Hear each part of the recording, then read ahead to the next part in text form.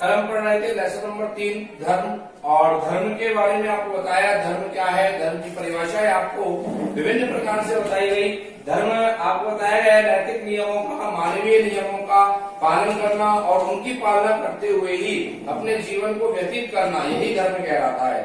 अर्थात किसी पूजा पद्धति, किसी मंदिर, मस्जिद या चर्च में जाने से हम धर्म की अनुपालना नहीं करते। धर्म की अनुपालना होती है किसी जीव की आत्मा को नहीं सताना, अर्थात हिंसा न करना, सत्य बोलना, करुणा, दया, परोपकार, शांति आदि का भाव अपने मनोस्थिति में बनाए रखना, यही प्रक्रिया धर्म होती है। अब धर्म की अगर हम बात करें तो धर्म के बहुत से बिंदु होते हैं जिनका संबंध उनके साथ होता है।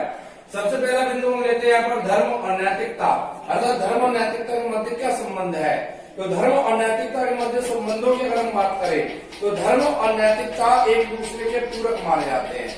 अर्थात नैतिकता क्या है, नैतिकता आपको बताया कि मानवीय तत्व जो है सत्य, अहिंसा, करुणा, परोपकार, दया आदि के जो भाव है उन भावों को अपनाते हुए और अपना जीवन यापन करना, अर्थात उस नैतिकता को अपनाते हुए अपने जीवन का यापन करना, यही धर्म कहलाता है। अर्थात बिना नैतिकता के धर्म पथ पर हम चल ही नहीं सकते, बिना नैतिकता के धर्म की अनुपालना कर ही नहीं सकते। अगर हमें धर्म की अनुपालना करनी है तो नैतिकता का अनुसरण करना ही होगा, और नैतिकता का अनुसरण होने पर स्वतः ही धर्म की अनुपालना होना प्रारंभ हो जाती है। दूसरा बिंदु यहाँ पर आता है धर्म और राष्ट्रीयता।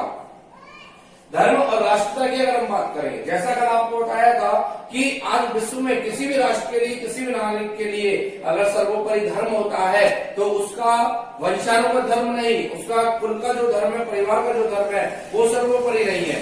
उसके लिए प्रत्येक नागरिक के लिए सर्वोपरि धर्म होता है राष्ट्र धर्म, अर्थात राष्ट्र की रक्षा करना, राष्ट्र की सेवा करना, राष्ट्र के लिए सदैव तत्पर रहना। अर्थात राष्ट्रीयता का भाव जब तक नागरिक के अंदर है तब तक धर्म की रक्षा होगी, धर्म का निर्माण होता रहेगा, धर्म का विकास होता रहेगा।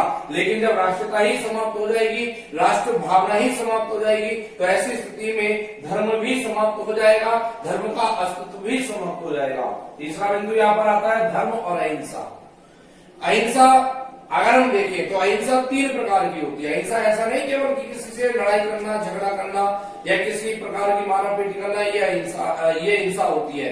हिंसा का अर्थ होता है मन, कर्म, वचन, ये तीनों प्रकार की हिंसा हम किसी के साथ ना करें। अगर इन तीनों प्रकार की हिंसाओं पर हमारा नियंत्रण है तो निश्चित रूप से हम अहिंसा का पालन कर रहे हैं। मन से हिंसा किस प्रकार होती है कि हम किसी व्यक्ति के बारे में आंतरिक रूप से मन में हमारे गलत प्रकार के विचार लाते हैं किसी व्यक्ति के लिए, वो मन की हिंसा होती है। कर्म की हिंसा क्या है कि हम किसी व्यक्ति के साथ गलत कार्य कर रहे हैं, अर्थात उससे लड़ाई झगड़ा कर रहे हैं, उसके लिए हम शत्रु पैदा कर रहे हैं, उसके लिए अन्य लोगों को भड़का रहे हैं, वो कर्म की हिंसा हो गई। तीसरा है आपका वचन की हिंसा। वचन की हिंसा क्या होती है?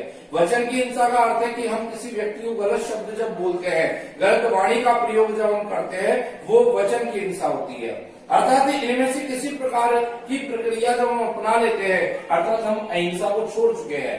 इसलिए कहा जाता है कि हम मन, कर्म, वचन तीनों प्रकार की हिंसाओं को त्याग कर जब अपना जीवन यापन करेंगे तो धर्म का निर्माण स्वतः ही हो जाएगा, धर्म का विकास स्वतः ही हो जाएगा। अर्थात धर्म और अहिंसा में भी एक बहुत बड़ा संबंध है, हिंसा के साथ धर्म की अनुपालना संभव नहीं है। अब बात आती है कि सनातन धर्म से उत्पन्न और भी कई धर्म हैं जो आज वर्तमान समय में चल रहे हैं। आपके सिलेबस के अनुसार, आपके पाठ्यक्रम के अनुसार इनका कोई विस्तार से यहाँ पर पाठ्य पुस्तक में कोई अध्ययन नहीं है, केवल जानकारी दी गई है कि सनातन धर्म से उत्पन्न अन्य कौन से धर्म है। तो यहाँ सनातन धर्म से उत्पन्न 3 धर्म माने गए हैं, जैन धर्म, सिख धर्म, बौद्ध धर्म।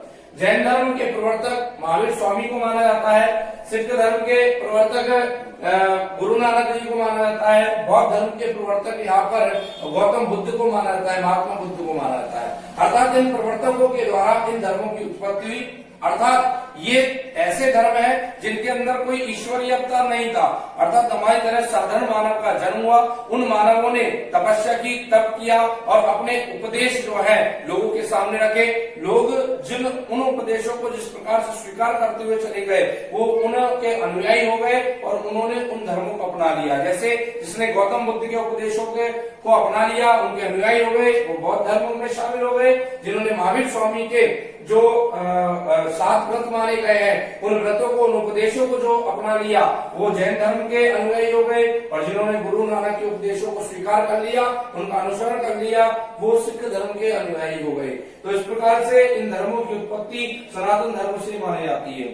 अब हम कल भी बात कर रहे थे, और कि आज वर्तमान समय में जो आधुनिक धर्मों की जो संख्या है वो 2 रूपों में मानी जाती है, ईसाई धर्म और एक इस्लाम धर्म। ईसाई धर्म और इस्लाम धर्म दोनों ही विश्व के आधुनिक धर्मों में माने जाते हैं, अर्थात इनकी उत्पत्ति कोई ज्यादा लंबे समय पहले या प्राचीन काल से नहीं मानी जाती है। ईसाई धर्म की उत्पत्ति की बात करें तो ईसाई धर्म की उत्पत्ति 2018 ईसा पूर्व हुई थी, और इसके प्रवर्तक थे ईसा मसीह। ईसा मसीह जो एकांत एकेश्वरवादी विचारधारा के प्रवर्तक थे, इन्होंने मूर्ति पूजा के लिए किसी प्रकार का कोई उपदेश नहीं दिया, और इन्होंने अपने विचारधारा के अंदर ईसाई धर्म के कई शाखाओं को विभाजित किया, जिसमें ऑर्थोडॉक्स आती है, कैथोलिक आती है, और मोरोनी आती है। कई ऐसी शाखाएं हैं जो ईसाई धर्म को कई रूपों में विभाजित कर देती है। इनका पवित्र ग्रंथ जो है वो बाइबल माना जाता है, और इन्होंने सबसे प्रमुख बात थी कि इन्होंने अपने पूरे जीवन काल में और जीवन काल के साथ साथ मृत्यु के समय भी दया का और अहिंसा का भाव इतना तेज दिखाया, जिससे कि लोग आज भी उस अहिंसा और दया के भाव को स्वीकार करते हैं। जब उनको सूली पर चढ़ाया जा रहा था तो उन्होंने ईश्वर से ये प्रार्थना की कि हे ईश्वर, ये लोग जो मेरे साथ जो कर रहे हैं, जो मुझे सूली पर चढ़ा रहे हैं, इन्हें माफ कर देना, क्योंकि इनको पता नहीं है ये कितना गलत कार्य कर रहे हैं, इसलिए इनको किसी प्रकार का दंड ना दे। अर्थात ईसा मसीह, ईसाई धर्म जो है वो एक प्रकार से अहिंसा की पालना करता है। इसके बाद आता है आपके इस्लाम धर्म। इस्लाम धर्म की उत्पत्ति आज से 622 ईस्वी पूर्व मानी जाती है, और इसके प्रमुख प्रवर्तक जो थे वो मोहम्मद पैगंबर थे, और इन्होंने इस्लाम धर्म को प्रारंभ किया, और इस्लाम धर्म आज वर्तमान समय में विश्व में सबसे तेजी से फैलता हुआ धर्म है।